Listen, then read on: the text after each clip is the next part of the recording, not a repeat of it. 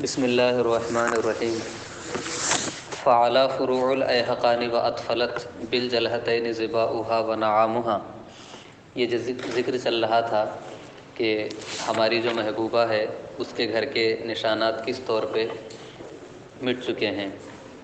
تو یہ جو شاعر ہے ان کا نام حضرت لبید بن ربیعہ ہے جو صحابی رسول ہیں، اور انہوں نے جس کو اپنا مخاطب بنایا ہے، یا یوں کہہ لیجئے کہ جس کا اس قصیدے میں ذکر ہے، اس عورت کا نام نوار ہے۔ نوار جانتے ہیں سب؟ وہ پلنگ رہتے ہیں نا، ہمارے اردو میں نوار اس کو بولتے ہیں جس سے پلنگ کے اوپر جو ہے نا ایک طرح سے لپیٹتے ہیں، اس کو ہمارے علاقے میں نوار کہتے ہیں، لیکن یہاں پہ نوار ایک عورت کا نام ہے، ٹھیک ہے۔ تو عام طور پہ جو قصیدے ہوتے ہیں دور جاہلیت کے، اس میں محبوبہ کا ذکر رہتا ہے، اور یہ بتایا جاتا ہے کہ محبوبہ منتقل ہو چکی ہے تو گھر کیسے ویران ہو گیا ہے۔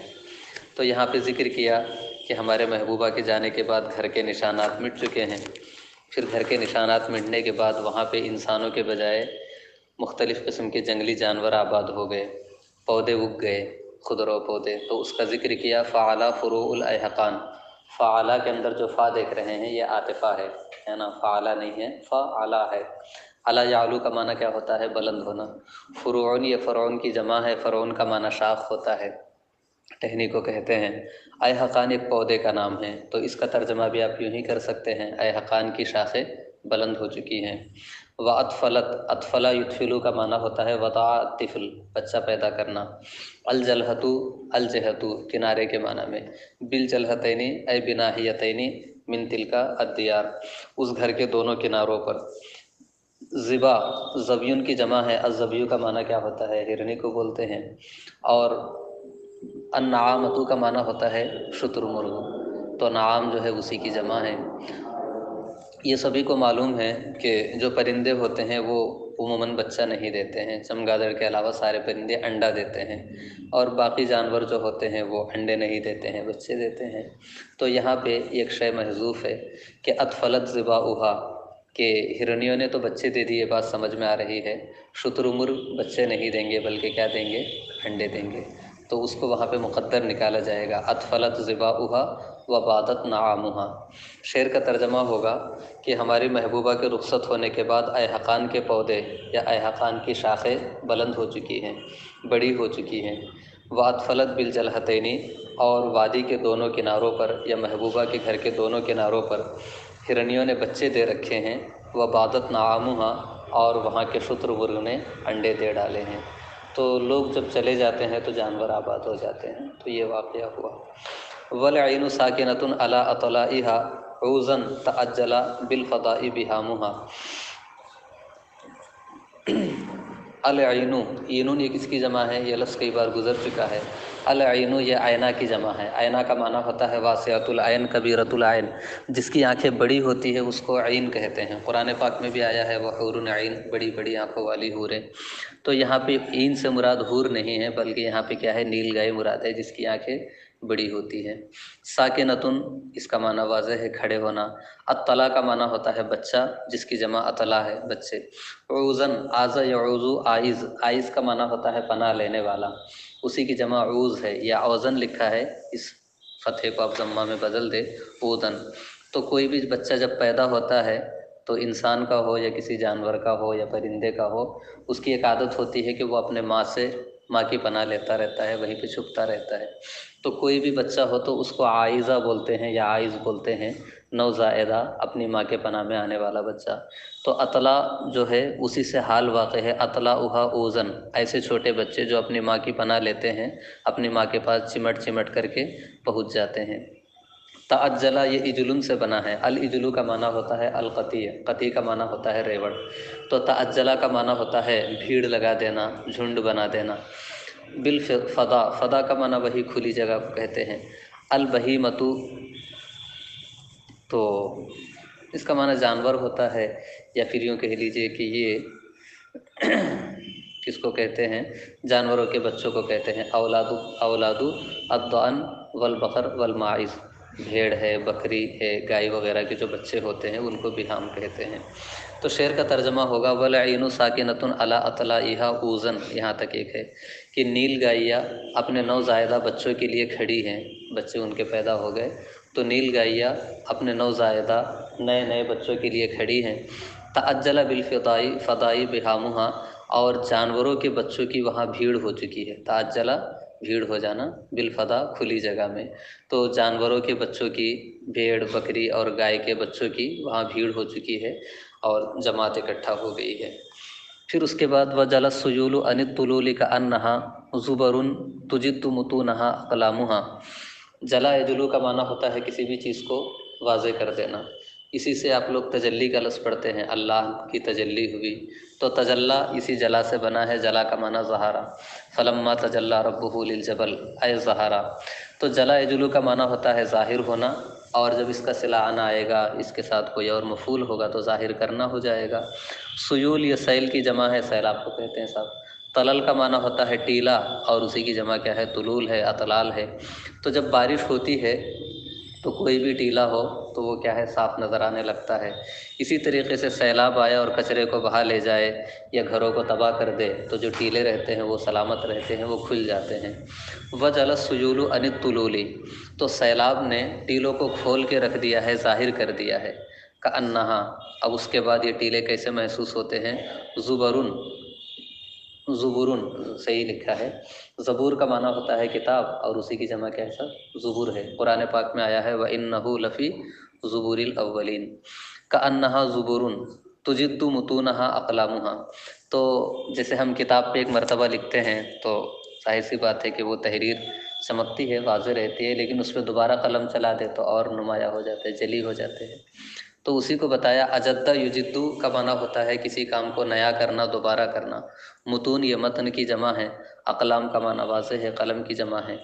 تو سیلاب نے ٹیلوں کو کھول کے رکھ دیا تو وہ ٹیلے ایسے محسوس ہوتے ہیں جیسے کہ کتابیں ہیں، تجد متونہا اقلامہا، اور جن کے قلموں نے تحریروں کو دوبارہ لکھ دیا ہے، دوبارہ قلم چلا دیا گیا ہو تو جیسے تحریریں نمایاں ہو جاتی ہے، ویسے ٹیلے جو ہے بالکل صاف نظر آ رہے ہیں۔ تو یہ سب کیا ہے جناب؟ یہ سب دراصل یہ ہے کہ ایک انسان محبت میں جب کسی کے وارفتہ ہو جاتا ہے تو اس سے متعلق ہر شے کو ذکر کرتا ہے، اور یہ محبت جس کا ہم ذکر کرتے ہیں اس کو لوگ ہنسی مذاق میں لیتے ہیں، لیکن انسان کی زندگی اس کے بغیر ادھوری اور نامکمل ہے۔ جس انسان کے اندر سوزش عشق نہیں ہوتا ہے یا پھر محبت نہیں ہوتی ہے، وہ نہ کسی کے جذبات کو سمجھ سکتا ہے، نہ کسی کے ساتھ اچھی زندگی گزار سکتا ہے، نہ اپنی حیثیت کو پہچان سکتا ہے۔ اسی لیے جو محبت ہے اس کے صحیح مفہوم کو سمجھنے کی ضرورت ہے۔ محبت ایک وارفتگی ہے جو اللہ نے بندے کے دل میں پیدا کی ہے۔ پہلے ہم انسانوں سے محبت کرتے ہیں، پھر اس کے بعد ہر جگہ سے دھوکہ ہوتا ہے، تو پھر یہی انسان اپنے رب سے محبت کرتا ہے۔ اسی لیے کہتے ہیں کہ عشق مجازی عشق حقیقی کا ذریعہ ہوتا ہے۔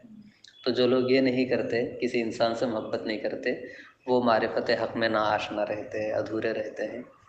ایک محبت ہی ہے جو انسان کو بہت کچھ سکھاتی ہے۔ محبت اگر ہے تو ایک انسان کے اندر جذبہ ایثار کتنا ہے وہ سمجھ میں آتا ہے۔ ایسے میں آپ کو کچھ نہیں دے سکتا، لیکن محبت آئی تو اس وقت پتہ چلتا ہے کہ ہمارے اندر جذبہ ایثار کتنا ہے۔ محبت ایک بزدل انسان کو بہادر بنا دیتی ہے۔ ایک انسان کچھ نہیں کر پاتا لیکن اپنے محبوب کے لیے جان دینے کو تیار ہوتا ہے۔ تو ایسے کئی خوبیاں رہتی ہے جو محبت کی بنیاد پہ پروان چڑھتی ہے اور اس کے بعد انسان کو اعلیٰ مقام عطا کرتی ہے۔ تو شاعر نے مزید ذکر کیا وجل السیول، کہ سیلاب نے جو ہے ٹیلوں کو کھول دیا تو وہ کتابوں کی طرح معلوم ہوتے ہیں۔ اور رجوع واشمتن دوسری تشبیہ دی ہے، یا پھر وہ ٹیلے کیسے محسوس ہوتے ہیں؟ رجوع واشمتن، واشمہ کہتے ہیں، وشم کا معنی ہوتا ہے گودنے کے نشانات جو لگائے جاتے ہیں۔ گودنا مطلب ہے کہ سوئی سے جو ہے پہلے سوراخ بناتے ہیں، پھر اس میں کیا لگا دیتے ہیں صاحب؟ سرما ڈال دیتے ہیں، تو کئی دنوں تک جو ہے نا وہ پھول کی طرح سرما چمکتا رہتا ہے۔ پہلے زمانے میں ہوتا تھا، آج نئے نئے نکل آئے ہیں، کوئی ہاتھ پہ کیا کیا لکھا رہتا ہے، کوئی چاند تارا ڈالتا ہے، کوئی دل ڈالتا ہے، اس میں تیر چھپا ہوا سب رہتے ہیں نا نشانات۔ تو وہی وشم وہی ہے۔ تو جو گودنے کے نشانات ہیں وہ پرانے پڑ جاتے ہیں تو پھر سے اسے تازہ کرتے ہیں۔ تو اور رجوع واشمتن، یا وہ ٹیلے کیسے محسوس ہوتے ہیں؟ گودنے کے تازہ کیے ہوئے نشانات ہیں۔ رجعون مانے دوبارہ کرنا، واشمہ مانے گودنے کے نشانات بنانے والی۔ تو گودنے کے نشانات بنانے والی عورت کے تازہ کیے ہوئے نشانات ہے، نئے کیے ہوئے نشانات ہے۔ اس کو نیا کیسے کیا تو اس کا ذکر کیا، اصفن اوروہا کی ففن تعرض فوقہن بشامہا۔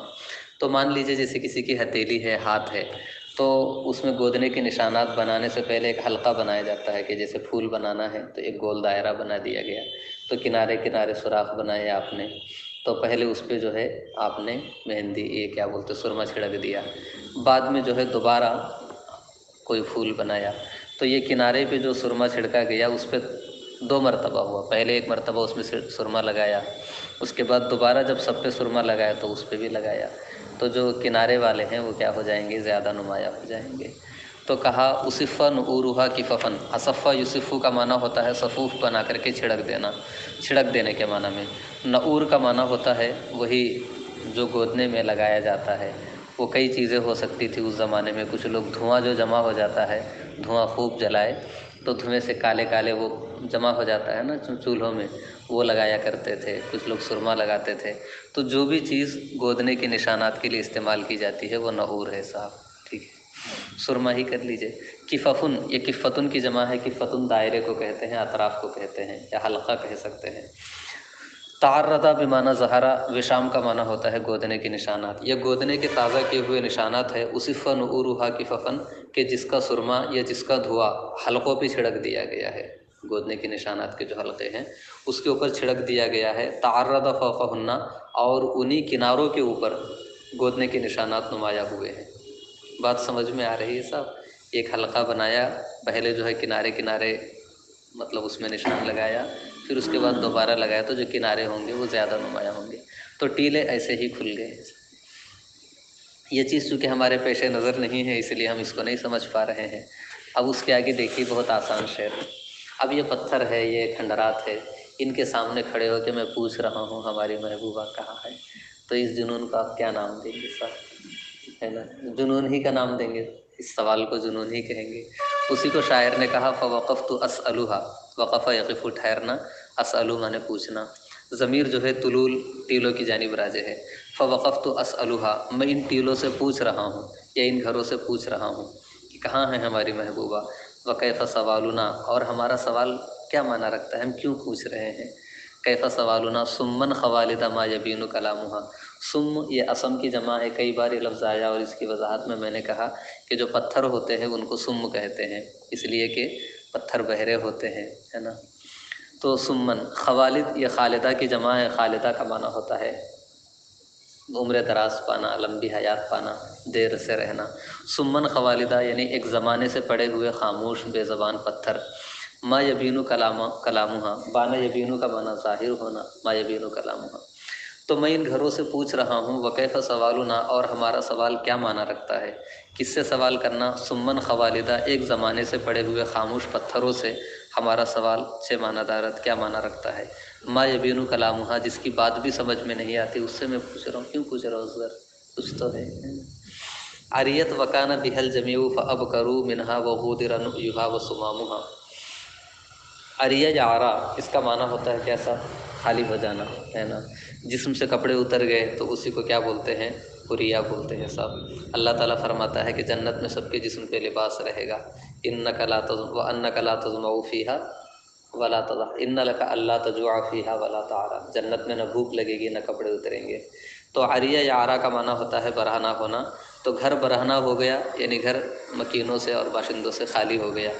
وکان بہل جمیع فابکروا، ابکرا کا معنی ہوتا ہے صبح سویرے نکل جانا، غادرہ کا معنی ہوتا ہے چھوڑ دینا، غودر چھوڑ دیا گیا، النؤیو، النؤیو کا معنی کیا ہے، نالی ہے، یہ لفظ کئی بار گزر چکا ہے، وصمامھا، صمام جو ہے لکھا ہے نبت نرم کے، کیا لکھا ہے پتہ نہیں، ایک پودے کا نام ہے صاحب، تو کہا عریت گھر خالی ہو چکے ہیں، وکان بہل جمیع اور سارے کے سارے احباب انہی گھروں میں رہا کرتے تھے، فابکروا منہا یہ لوگ صبح تڑکے نکل چکے ہیں یعنی ایک زمانہ پہلے صبح سویرے نکل چکے ہیں، وغودر نؤیھا اور یہاں گھر کے پاس کیا چھوڑ کے چلے گئے، النؤیو نالی چھوڑ کر کے چلے گئے، اور صمام نام کے پودے چھوڑ کے چلے گئے، باقی اپنے پیچھے کوئی یاد باقی نہیں رکھی۔